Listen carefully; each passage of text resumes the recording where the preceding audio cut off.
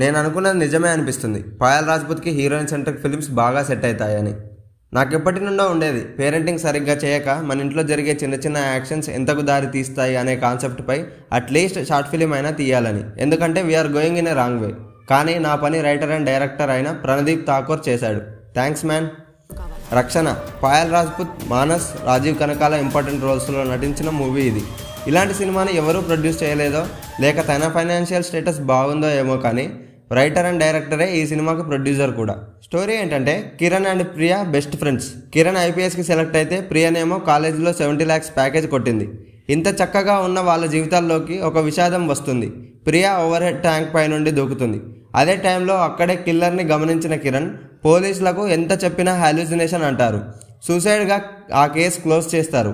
మరి ట్రైనింగ్ అయిపోయి డ్యూటీలో దిగిన ఆ కిరణ్ ఆ హంతకుడిని వెతుకుతూనే ఉందా? ఎలాంటి ఎవిడెన్స్ లేని వాడిని పట్టుకుందా? ఇన్ఫ్యాక్ట్ వాడొక కిరాతక సీరియల్ కిల్లర్. మరి వాడి మోటివ్ ఏంటి? ఎవరిని చంపుతున్నాడు అనే క్వశ్చన్స్కి ఆన్సర్స్ మూవీలో చూసేయండి. కాన్సెప్ట్ చాలా కొత్తగా ఉంది. క్రాఫ్ట్స్ చూసుకుంటే స్క్రీన్ ప్లే థ్రిల్లింగ్గానే ఉంది. పర్ఫార్మెన్సెస్ కూడా బాగున్నాయి. ఇంత మంచి స్టోరీకి సాంగ్స్ లేకపోవడం బ్యాడ్. నేనైతే వకీల్ సాబ్లో కదులు కదులు కదులు లాంటి సాంగ్ ఎక్స్పెక్ట్ చేసిన. ఉమెన్ గురించి నాకు తెలిసిన బెస్ట్ సాంగ్స్ డిస్క్రిప్షన్లో ఇచ్చిన. వీడియో అయ్యాక ఒకసారి వెళ్ళి వినండి. స్పెషల్గా చెప్పుకోవాలంటే మూవీ మొత్తం ఇన్వెస్టిగేషన్ పైనే నడుస్తుంది. ఆ ఇన్వెస్టిగేషన్ కూడా కొత్తగా ఎంగేజింగ్గా ఉంటుంది. ఈ సినిమాలో పేరెంటింగ్ని, జెండర్ ఇష్యూస్ని ఎగ్జాక్ట్గా బయట ఉన్నట్టే పోర్ట్రే చేశారు. మూవీలో చాలా డైలాగ్స్ ఈ పేట్రియార్కీ సమాజానికి సూదుల్లా గుచ్చుకుంటాయి. అంత బాగున్నాయి. ఈ కాలంలో క్యాస్ట్ అండ్ జెండర్ డిస్క్రిమినేషన్ ఎక్కడున్నాయి అని చాలామంది అనుకుంటారు. కానీ ఒకసారి ఫీల్డ్లోకి దిగితే తెలుస్తుంది మన దేశం వాటిలో ఎంత కూరుకుపోయిందో అని. సినిమా చూస్తున్నంతసేపు ఎక్కడా హీరో అవసరం కనిపించలే. ఎందుకంటే Payal made her role that effective. నాకు RX100లో పాయల్ కన్నా ఈ సినిమాలో పాయల్ బాగా నచ్చింది. ఈ మూవీకి బాక్సాఫీస్ కలెక్షన్ లేకపోయినా పర్లేదు, కానీ ఇది అందరికీ రీచ్ అవ్వాలి. కాబట్టి మీరు చూడండి, నచ్చితే షేర్ చేయండి. ఇప్పటికైనా అమ్మాయిలు ఎదుర్కొనే అడ్వర్సిటీస్ని రికగ్నైజ్ చేయండి. ఈ సినిమాలో ఉండే విలన్ రామ్లా తయారు కాకండి. ఈక్వాలిటీని ఎంబ్రేస్ చేయండి.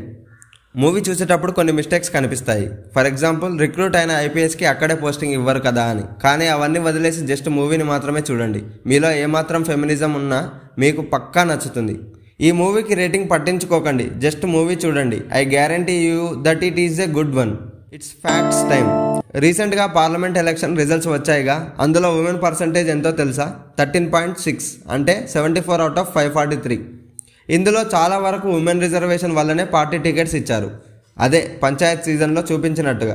మరి పార్లమెంట్లో వాళ్ళ రిప్రజెంటేషన్ సరిగ్గా లేనప్పుడు వాళ్ళకు ఏం కావాలో పార్లమెంట్కి ఎలా తెలుస్తుంది? ఇప్పటికీ కొన్ని కోట్ల మంది నమ్ముతున్నారు మగవాడే వారసుడు, నాయకుడు అని. చాలా చోట్ల ఇప్పటికీ పీరియడ్స్ని ఒక సిన్ లాగా, శానిటరీ ప్యాడ్స్ని పేపర్లో చుట్టి ఇవ్వడం జరుగుతుంది మన దేశంలో. మరి దీనిపై మీ వ్యూస్ ఏంటో కామెంట్ చేయండి. I'm waiting to see you there.